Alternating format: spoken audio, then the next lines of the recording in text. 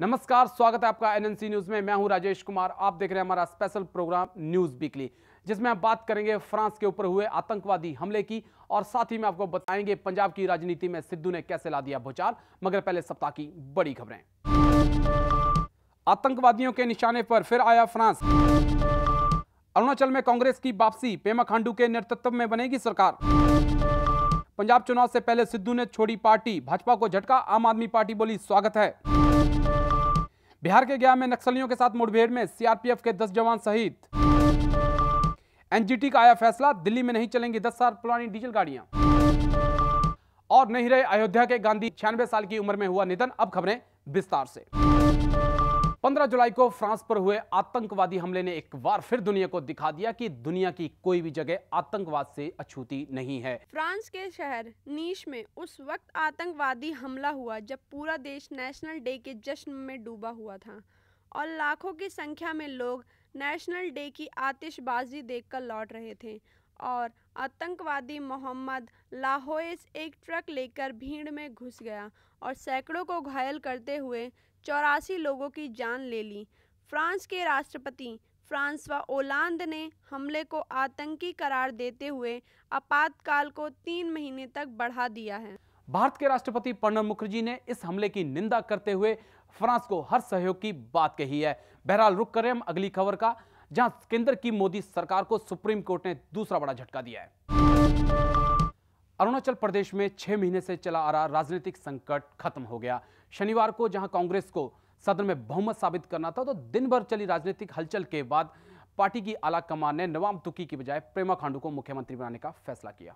कांग्रेस का यह फैसला सही साबित हुआ। 30 बागी विधायकों में से 24 ने कांग्रेस में वापसी कर ली। इन विधायकों का समर्थन मिलते ही पेमा खांडू ने राज्यपाल से सरकार बनाने की बात कही और रविवार को शपथ ग्रहण कर प्रदेश के नए मुख्यमंत्री बने। I, Pema Khandu, do swear in the name of God that I will bear true faith and allegiance to the Constitution of India as by law established, that I will uphold। Bhajpa और केंद्र की मोदी सरकार को supreme court ने एक और बड़ा झटका दिया है।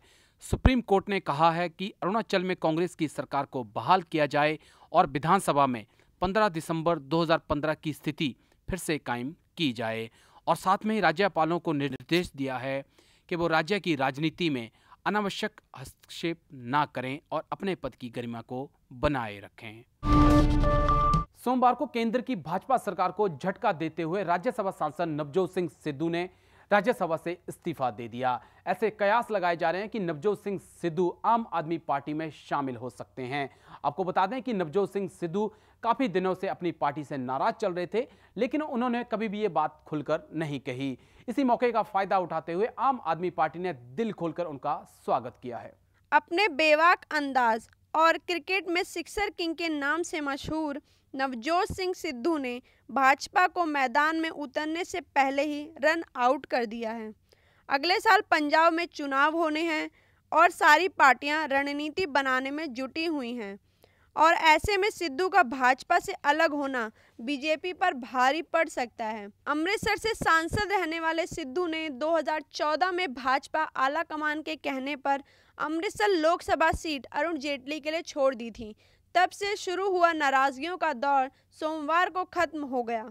की सेवा करनी है पहले, और पंजाब छोड़ के मुझे और कोई ऑप्शन दोगे तो उसके लिए वो तैयार नहीं थे। So the party was very clear that they want to work with Akali Dal, so that was the only choice left for. अब देखना होगा विरोधी टीम के गेंदबाजों की नींद उड़ाने वाले सिद्धू राजनीति में किस किस की नींद उड़ाते हैं। बहरहाल अगली खबर की ओर बढ़ते हैं, जो गया से है।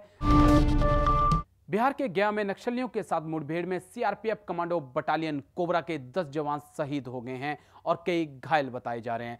आपको बता दें कि इस मुठभेड़ में जहां 4 नक्सली भी मारे गए हैं, जिनमें एक एरिया कमांडर भी है। सोमवार की सुबह गया और मदनपुर के बॉर्डर के पास नक्सलियों की तलाश में निकले कोबरा बटालियन के जवानों का सामना सुबह 11 बजे नक्सलियों से हो गया। नक्सलियों ने आईडी से हमला करने के बाद आधुनिक हथियारों से हमला कर दिया। आमने सामने की इस लड़ाई में 10 जवान शहीद हो गए और 4 घायल बताए जा रहे हैं। जवाबी कार्रवाई में 4 नक्सलियों के मारे जाने की भी खबर है, जिनमें एक बड़ा नक्सली कमांडर भी शामिल है। एक्शन प्लान तैयार करना चाहिए ताकि नक्सलवाद और आतंकवाद के चैलेंज को मीट आउट किया जा सके। बहरहाल बहरहाल रुक करते हैं अगली खबर का, जो दिल्ली में अफरा तफरी मचा सकती है। लंबे समय से रुका हुआ एनजीटी का फैसला आ चुका है। एनजीटी ने आरटीओ को आदेश देते हुए कहा है कि 10 साल से पुरानी डीजल गाड़ियों का रजिस्ट्रेशन को रद्द किया जाए।